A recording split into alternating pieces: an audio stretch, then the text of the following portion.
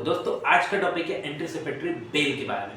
तो दोस्तों ये है क्या, साधारण बातों में बात करें तो ये एक ऐसी चीज है कि आपकी गिरफ्तारी से पहले ही आपको कोर्ट द्वारा रिहा कर दिया गया।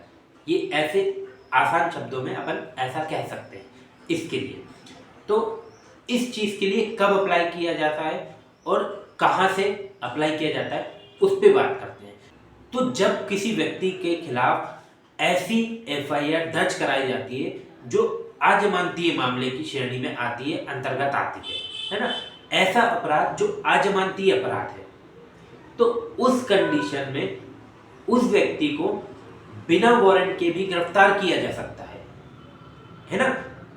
ऐसी आशंका अगर किसी व्यक्ति को है कि मेरे खिलाफ ऐसा मामला है जिसमें मुझे किसी भी पुलिस वाले द्वारा बिना वारंट के गिरफ्तार किया जा सकता है, तो उस कंडीशन में वो व्यक्ति एंटीसिपेटरी बेल का उपयोग करता है ना। ये बात हो गई एंटीसिपेटरी बेल के बारे में। अच्छा, एक बात और, एंटीसिपेटरी बेल जो है गिरफ्तारी से पहले ही लगाई जा सकती है। अगर आप एक बार गिरफ्तार हो गए ना, उसके बाद आपके पास एंटीसिपेटरी बेल लगाने का जो है ना अधिकार खत्म हो जाता है ना। तो ये इंपॉर्टेंट बात है, इसको जरूर ध्यान में रखिएगा कि ये जो बेल जो है ना, ये बेल एंटीसिपेटरी जो बेल है, ये आप गिरफ्तारी से पहले इसके लिए आवेदन कर सकते हो। ठीक है, ये इंपॉर्टेंट बात। अब सवाल उठता है इसके लिए कहाँ जाए, तो इसके लिए दो जगह जा सकते हैं, एक तो सेशन कोर्ट में और एक हाई कोर्ट में। अब देखो कंडीशन जो है, प्रोसीजर ये है कि आपको पहले हाई कोर्ट की निचली अदालत में जाना चाहिए। हाई कोर्ट की निचली अदालत है सेशन कोर्ट। सेशन कोर्ट में आपको पहले इसके लिए अप्लाई करना पड़ेगा, उसके बाद आप हाई कोर्ट में जाएंगे। अगर आप डायरेक्ट हाई कोर्ट में गए ना, तो वहाँ के सवाल आप झेल नहीं पाएंगे, समझ रहे हैं आप, वहाँ के सवाल आप झेल नहीं पाएंगे। तो आपको प्रोसीजर फॉलो करना है, पहले आपको सेशन कोर्ट में जाना है, उसके बाद आप फिर हाई कोर्ट में जा सकते हैं। पहले आप सेशन कोर्ट में अप्लाई करेंगे। अब देखो, मान लो सेशन कोर्ट में आपका काम नहीं बना, अब आप हाई कोर्ट में अप्लाई कर रहे हो, है ना। तो हाई कोर्ट में अब क्वेश्चन ये बन रहा है कि मान लीजिए अब हाई कोर्ट में जा रहे हैं, ठीक है, तो क्या हाई कोर्ट में मेरी भी जरूरत पड़ेगी? क्योंकि भैया मुझे तो, अगर मैं हाई कोर्ट जाता हूँ तो रास्ते में मुझे गिरफ्तार करा जा सकता है। तो वो सही बात है, आपको रास्ते में गिरफ्तार कर लिया जाएगा, अगर आप नजर में आए तो आपको गिरफ्तार कर लेंगे। तो उसके लिए एक प्रोसीजर है कि आपको स्वयं जाने की जरूरत नहीं हाई कोर्ट में, है ना। आपका जो वकील हाई कोर्ट में बेल के लिए अप्लाई करेगा, है ना, उसके वकालतनामे पे आपके सिग्नेचर होना चाहिए। वो आपकी तरफ से बेल के लिए अप्लाई कर लेगा, है ना। तो आपको जाने की जरूरत नहीं, सिर्फ वकालतनामे में आपके सिग्नेचर होना चाहिए। ये एक इसका प्रोसीजर है। आपके वकील साहब का उपस्थित होना अनिवार्य है। वो न्यायालय को समझाएंगे कि आपको बेल क्यों देना चाहिए, है ना। ये उनका काम है। तो आपकी जाने की उतनी आवश्यकता नहीं है, पर आपके वकील के जाने की आवश्यकता बहुत है, उनका जाना जरूरी है। तो हाई कोर्ट जाने के बाद सबसे पहले उस एफआईआर रिपोर्ट के बारे में बात करते हैं कि उस एफआईआर रिपोर्ट को, है ना, कितना डाउटफुल किया जा सकता है न्यायालय के समक्ष, है ना। ये, और उसके लिए आपको अपने वकील साहब को सब कुछ बताना पड़ेगा कि आखिर उस फला व्यक्ति से आपकी क्या दुश्मनी है, क्या प्रॉब्लम हुई है आप दोनों के बीच में, या आप लोगों के बीच में क्या प्रॉब्लम हुई है जिस वजह से उसने आपके खिलाफ ऐसी एफआईआर की है ना, उसने आपके खिलाफ ऐसा मुकदमा दायर करने की कोशिश की है।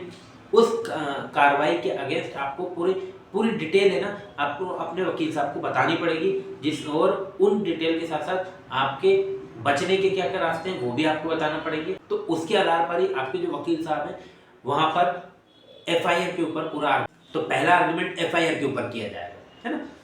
उसके बाद आपके ऊपर आएंगे तो बताएंगे कि आपके क्लीन रिकॉर्ड में है ना, आप पर किसी भी तरह का पूर्व में किसी तरह की कार्रवाई नहीं हुई है ना, ये आपको फंसाने की साजिश की जा रही है ना। अगर कोई बीमारी है आपको, वो भी मेंशन करेंगे, उससे सहानुभूति मिलेगी कि इनको इस तरह की बीमारियां हैं, है ना, ये सब मेंशन किया जाए। उसके बाद वो ये भी कहेंगे कि सर हम पुलिस वालों के साथ पूरा सहयोग करेंगे, वो जब बुलाएंगे तब आएंगे, क्योंकि हमने कुछ गलत नहीं किया, ये भी बोलेंगे। ये सब ग्राउंड बनते हैं।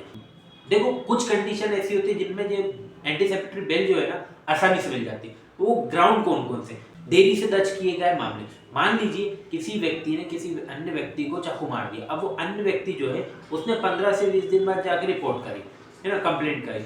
अब वो 15-20 दिन, अरे भैया जब तेरे को चाकू मारा था तुरंत जाना चाहिए था ना कंप्लेंट करने, ये हो गया एक तरह से देरी से दर्ज किए हुए मामले। इन कंडीशन में आपको बेल आसानी से मिल जाती है, क्योंकि ऐसे मामलों में पुलिस डायरेक्ट गिरफ्तार नहीं कर सकती, पहले प्रारंभिक जांच करती है, उसके बाद उसे लगता है तब गिरफ्तार करती है। तो ये टाइम मिल जाता है इस चीज़ के लिए, तो इस बीच में आप जाके बेल के लिए अप्लाई कर सकते हैं ना, तो ये इसमें आपको बेल मिल जाएगी ऐसा। दूसरी कंडीशन बनती है फॉल्स रेप केसेस। इसमें क्या होता है, मान लीजिए 2 लोग हैं, लिव इन रिलेशनशिप में रह रहे हैं, अब उसमें से उनमें आपस में विवाद हो गया, लड़ाई झगड़ा हो गया या अलग हो गए, अब लड़की जाके रिपोर्ट कर देती है कि भैया ये लड़का जो है मुझे शादी का झांसा देके लंबे समय से मेरे साथ शोषण कर रहा था, है ना।